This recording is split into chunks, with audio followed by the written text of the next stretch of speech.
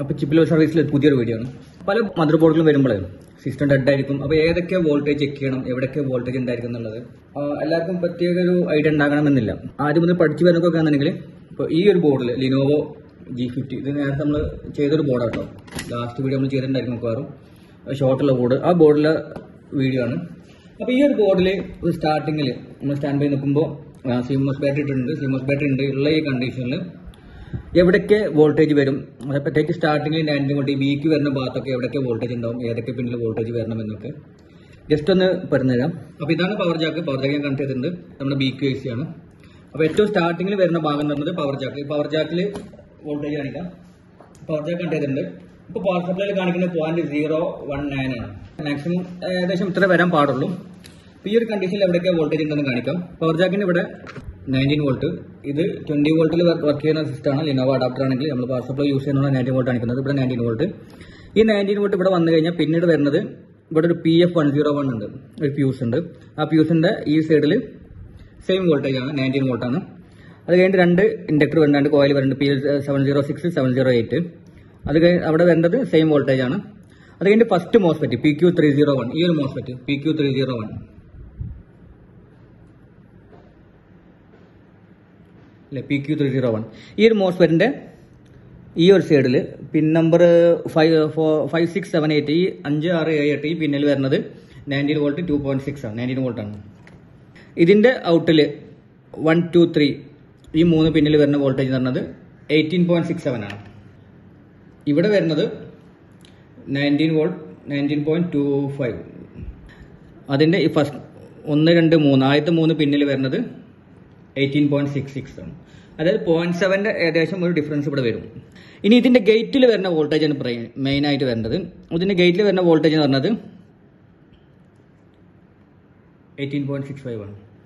ഇവിടെ ഈ വോൾട്ടേജ് മാത്രമല്ല വരട്ടെ, അതിൽ കൂടുതൽ വോൾട്ടേജ് വരും. ഇപ്പോൾ നിങ്ങൾ ഈ ഒരു ബോർഡിൽ വരുന്ന വോൾട്ടേജ് ഞാൻ കാണിക്കുന്നത് 18.65 ആണ്. ഇനി ഇതിന്റെ സെക്കൻഡ് മോസ്ഫെറ്റ് എന്ന് പറഞ്ഞത് PQ302 ആണ്. ഈ ഒരു മോസ്ഫെറ്റ് ആണ്. അപ്പോൾ ഇവിടെ വരുന്ന സെയിം വോൾട്ടേജ് തന്നെ ഇവിടെ വരുന്നത് 18.66. അതിന്റെ ഔട്ടിൽ വരുന്നത് 18.65. ഇതിന്റെ ഗേറ്റിൽ വരുന്നത് 1 2 3 4. ഈ ഒരു പിന്നിൽ വരുന്നത് 18.65.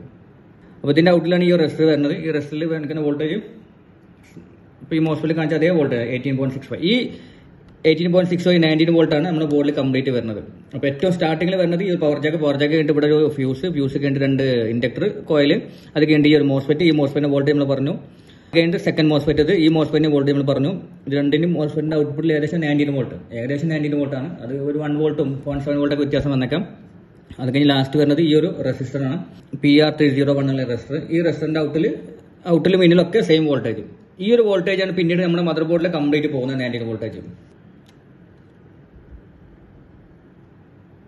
18.65. മദർ ബോർഡിൽ കംപ്ലീറ്റ് പോകുന്ന വോൾട്ടേജ് അതാണ്. ഇനി നമ്മൾ പ്രധാനമായിട്ടും ഇവിടെ പറയുന്നൊരു ഭാഗം എന്ന് പറഞ്ഞത് സ്റ്റാർട്ടിങ്ങിൽ വരുന്നത് BQ ആണ്. ഈ ഒരു BQ IC, ആ BQ ICന്റെ വോൾട്ടേജ് പ്രധാനപ്പെട്ട ഏതൊക്കെ വോൾട്ടേജ് ഞാൻ പറഞ്ഞുതരാം.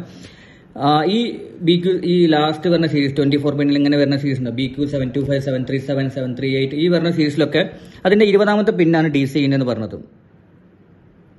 ആ 20ാമത്തെ പിന്നിൽ ആ 18 വോൾട്ട് ഉണ്ടായിരിക്കണം. ഇത് ലാസ്റ്റ് വീഡിയോ നമ്മൾ ഫോട്ടോ വെച്ച് പറഞ്ഞൊരു വീഡിയോ ഉണ്ടായിരുന്നു. ആ വീഡിയോ നമ്മൾ പറഞ്ഞിരുന്നു ഒരു റെസിസ്റ്ററും ഡയോഡും ഉണ്ടാവും എന്നുള്ളത്. അപ്പോൾ ഇതിൽ ആ റെസിസ്റ്ററും ഡയോഡ് തന്നെ കാണിക്കാം. ഇതാണ് റെസിസ്റ്റർ. ഈ ഒരു റെസിസ്റ്റർ ഇതിന്റെ രണ്ട് സൈഡിലും ആ വോൾട്ടേജ് ഉണ്ടായിരിക്കണം. ഇതുണ്ടെങ്കിൽ മാത്രമാണ് ഇതിന്റെ ബാക്കിയുള്ള അടുത്ത AC ഒക്കെ, പിന്നെ അതേപോലെ തന്നെ ഈ മോസ്ഫെറ്റ് ഫസ്റ്റ് രണ്ട് മോസ്ഫെറ്റ് ഡ്രൈവ് ചെയ്യുന്ന പിന്നൊക്കെ വോൾട്ടേജ് ഒക്കെ വരുന്നത് ഈ ഒരു വോൾട്ടേജ് നിർബന്ധമായിരിക്കും ഈ ഒരു റെസിസ്റ്ററിൽ. അപ്പോൾ ഈ ഒരു BQ തൊട്ടടുത്ത് ഇവിടെ റെസിസ്റ്റർ ഉണ്ടായിരിക്കും, നിർബന്ധമായിട്ട് റെസിസ്റ്റർ ഉണ്ടായിരിക്കും. 99% റെസിസ്റ്റർ ഉണ്ടായിരിക്കും, 99 അല്ല 100%. ആ ഡയോഡ് എല്ലാ ബോർഡിലും ഉണ്ടാകണമെന്നില്ല. അപ്പോൾ ഈ ഒരു റെസിസ്റ്റർ നിർബന്ധമായിട്ട് വോൾട്ടേജ് വേണം. ഈ ഒരു IC കംപ്ലൈന്റ് ആണെന്നുണ്ടെങ്കിൽ, ഷോർട്ടായിട്ട് പോയിട്ടുണ്ടെന്നുണ്ടെങ്കിൽ നിർബന്ധമായിട്ടും ഈ ഒരു റെസിസ്റ്റർ പോയിട്ടുണ്ടായിരിക്കും. ഈ ഒരു റെസിസ്റ്റർ കംപ്ലൈന്റ് ആണെന്നുണ്ടെങ്കിൽ ഈ ICയും പോയിട്ടുണ്ടായിരിക്കും. 100% അങ്ങനെ തന്നെ വരാറുള്ളത്. അപ്പോൾ അത് വളരെ ശ്രദ്ധിക്കണം. ഇത് ഏതെങ്കിലും ഒന്ന് മാറ്റിയിട്ട് കാര്യമില്ല. പിന്നീട് വരുന്ന പ്രധാനപ്പെട്ട ഒരു വോൾട്ടേജ് പറഞ്ഞത് പിൻ നമ്പർ 6ലാണ്. പിൻ നമ്പർ 6 എന്ന് പറഞ്ഞത് 1 2 3 4 5 6. ഇതിൽ 2.5 വോൾട്ട് ഉണ്ട്. അപ്പോൾ ഈ വോൾട്ടേജ് ഞാൻ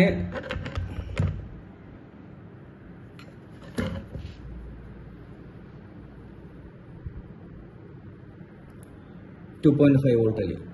ഇത് ഞാൻ ആ വീഡിയോയിൽ പറയുന്നത് കറക്റ്റായിട്ട് ഏത് ബിക്ക് ആണെങ്കിൽ ഏകദേശം ഇതേപോലെ തന്നെ ചാർജിങ് വെച്ചിട്ട് വരുന്നത്.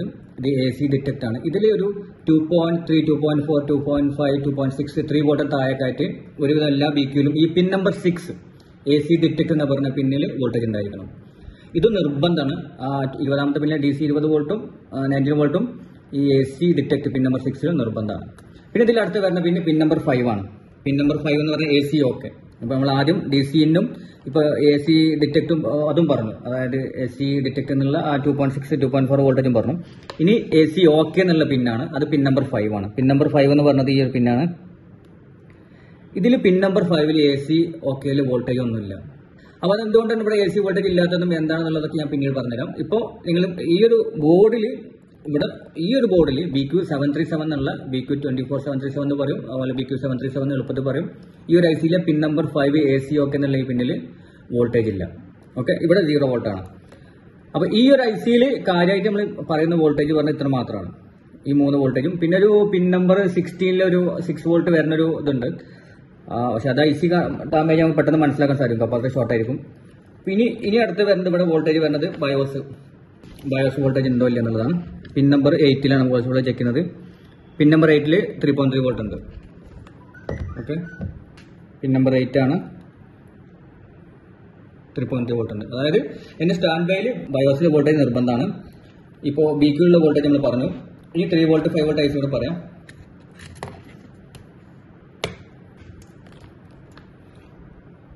ഇതാണ് ഇതിൽ 3 വോൾട്ട് 5 വോൾട്ട്. അപ്പോൾ ഈ രണ്ട് കോയിൽ ചെക്ക് ചെയ്ത് നോക്കാം.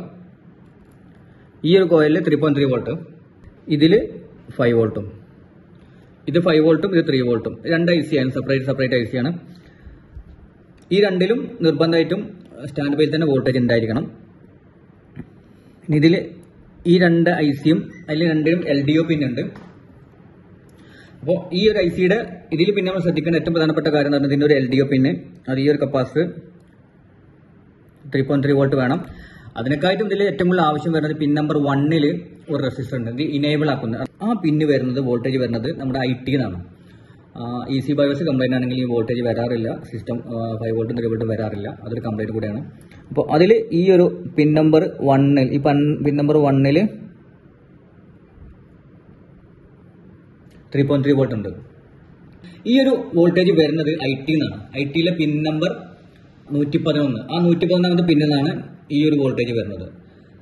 EC ബയോസ് കംപ്ലൈന്റ് ആണെങ്കിൽ ഇതേപോലെ ഈ EN-ൽ ഈ ഇനേബിൾ ആക്കുന്ന പിന്ന് വരാതിരിക്കുകയും ഈ 3 വോൾട്ട് വരാതിരിക്കുകയും ചെയ്യും. ഇവിടെ ഏറ്റവും ശ്രദ്ധിക്കേണ്ട ഒരു കാര്യം അതാണ്. പിന്നെ നമ്മൾ ആദ്യം തൊട്ടുമുന്നേ പറഞ്ഞ ഈ ഒരു കപ്പാസിറ്റർ, ഈ 3 വോൾട്ട്, അതായത് പിൻ നമ്പർ 5-ൽ വരുന്ന 3 വോൾട്ട് LDO വരുന്ന ഒരു കപ്പാസിറ്റർ, ഇതിലും വോൾട്ടേജ് ഉണ്ടായിരിക്കണം. ഇനി സെയിം ആണ് PU904, അതായത് 5 വോൾട്ടിന്റെ. ഇതിലും ഈ പിൻ നമ്പർ 1 ഇനേബിൾ ആക്കുന്നത്, ആ ഇനേബിൾ ആക്കുന്ന സെയിം ഈ 3 വോൾട്ട് ഇനേബിൾ ആക്കുന്ന അതേ പിൻ തന്നെയാണ്, IT തന്നെയാണ് ഇതും ഇനേബിൾ ആക്കുന്നത്.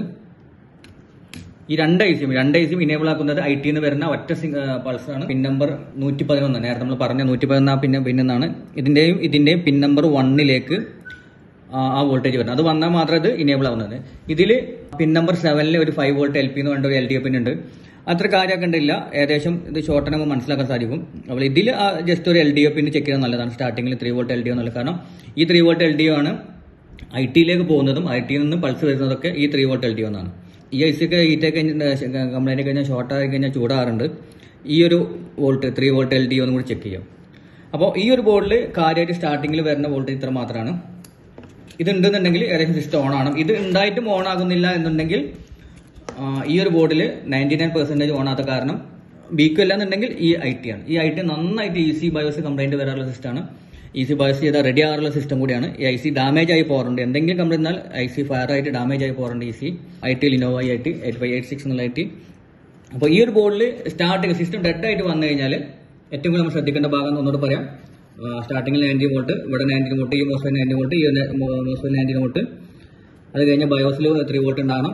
അത് കൂടാതെ ഇവിടെ 3 വോൾട്ട്, ഈ രണ്ട് ഇതിൽ ഒന്നിൽ 3 വോൾട്ട് ഒന്നിൽ 5 വോൾട്ട് ഉണ്ടാകണം. ഈ ഇത് 3 വോൾട്ടും 5 വോൾട്ട് വരുന്നുണ്ടെങ്കിൽ രണ്ടും ഇനേബിൾ ആക്കാൻ വേണ്ടി പിൻ നമ്പർ 1-ൽ IT-ന്ന് വരുന്ന പൾസ് 3 വോൾട്ട് ഉണ്ടായിരിക്കണം. രണ്ടിനും ഒരേ ഇനേബിൾ പിന്നാണ്. പിന്നെ BQ-ന്റെ കാര്യം പറഞ്ഞു. BQ-ൽ ഈ ഒരു റെസിസ്റ്ററിൽ 90 വോൾട്ട് ഉണ്ടായിരിക്കണം. അതേപോലെ പിൻ നമ്പർ 6-ലാണ് നമ്മൾ പറഞ്ഞല്ലേ, പിൻ നമ്പർ 6-ലല്ലേ AC എന്ന് പറഞ്ഞത്. പിൻ നമ്പർ 6-ൽ 2.4 മുതൽ 2.3, 2.4, 2.5, 2.6 വരെ ഈ ഒരു പിന്നിൽ ഉണ്ടായിരിക്കണം. ഇതുണ്ടെങ്കിൽ മാത്രമാണ് ഇത് AC ഡിറ്റക്ട് ആവുന്നുള്ളൂ. അങ്ങനെയാണെങ്കിൽ ബാക്കിയുള്ള സർക്യൂട്ടൊക്കെ വർക്ക് ചെയ്യാൻ ചാൻസ് ഉള്ളൂ. അപ്പോൾ ഇത് നിർബന്ധമായിരിക്കണം. ഈ 20 വോൾട്ടും ഇതേപോലെ 2.4 2.5 വോൾട്ടും ഇത് നിർബന്ധമാണ്. ഇത് കൂടാതെ ബയോസ് വോൾട്ടേജ് നിർബന്ധമാണ്. അപ്പോൾ ഇത്രയും പിന്നെ പവർ പിന്നിൽ പവർ കൺട്രോളിൽ സ്വിച്ച് ബട്ടണിൽ എന്തായാലും വോൾട്ടേജ് ഉണ്ടായിരിക്കണം. ഇതൊക്കെ ഉണ്ടെന്നുണ്ടെങ്കിൽ സിസ്റ്റം ഓൺ ആകും. ഇതൊക്കെ ഉണ്ടായിട്ട് ഓൺ ആകുന്നില്ല എന്നുണ്ടെങ്കിൽ 100% ചാൻസ് ഐ.ടിക്കാണ്. ഐ.ടി ഏറ്റവും കൂടുതൽ കംപ്ലൈന്റ് വരുന്നത്. ഐ.ടി കംപ്ലൈന്റ് അല്ല, ഐ.ടിയിലെ പ്രോഗ്രാം നമ്മൾ ഈസി ബസ് കംപ്ലൈന്റ് വരുന്ന ഒരു സിസ്റ്റം കൂടിയാണത്. അപ്പോൾ ഈ സിസ്റ്റത്തിൽ ഇത്രയാണ് പറയാനുള്ളത്. ആദ്യം സിസ്റ്റം സ്റ്റാർട്ടിങ്ങിൽ ഓൺ ആകുന്നില്ല എന്ന് ചെക്ക് ചെയ്യേണ്ട കാര്യങ്ങൾ. അപ്പോൾ ഇതേപോലത്തെ വീഡിയോ നിങ്ങൾക്ക് ഇഷ്ടപ്പെടുന്നുണ്ടെങ്കിൽ, അതായത് ഇങ്ങനെ ഓരോ ബോർഡും പരിചയപ്പെടുത്തണമെന്നുണ്ടെങ്കിൽ നിങ്ങൾ തീർച്ചയായും നിങ്ങൾ കമന്റ്സിലൂടെ പറയാം. അപ്പോൾ എനിക്ക് മനസ്സിലാവും. അതേപോലെ എൻ്റെ കയ്യിൽ വരുന്ന ബോർഡുകളൊക്കെ ടൈം ഉണ്ടെങ്കിൽ ഞാൻ ഇതേപോലെ സ്റ്റാർട്ടിങ്ങിൽ വരുന്ന ഈ നോ പവർ വരുന്ന സിസ്റ്റങ്ങളൊക്കെ ചെക്ക് ചെയ്യേണ്ട ആവശ്യമുള്ള വോൾട്ടേജും കാര്യങ്ങളൊക്കെ ഞാൻ പറഞ്ഞുതരാം. അതേപോലെ തന്നെ വീഡിയോ ഒന്ന് നന്നായിട്ട് നമ്മളൊന്ന് സപ്പോർട്ട് ചെയ്യുക. നിങ്ങളൊന്ന് ലൈക്ക് അടിച്ച് ഒന്ന് സപ്പോർട്ട് ചെയ്യുക. അപ്പോൾ ഇതുപോലുള്ള പുതിയ വീഡിയോ വീണ്ടും കാണാം. Okay, by.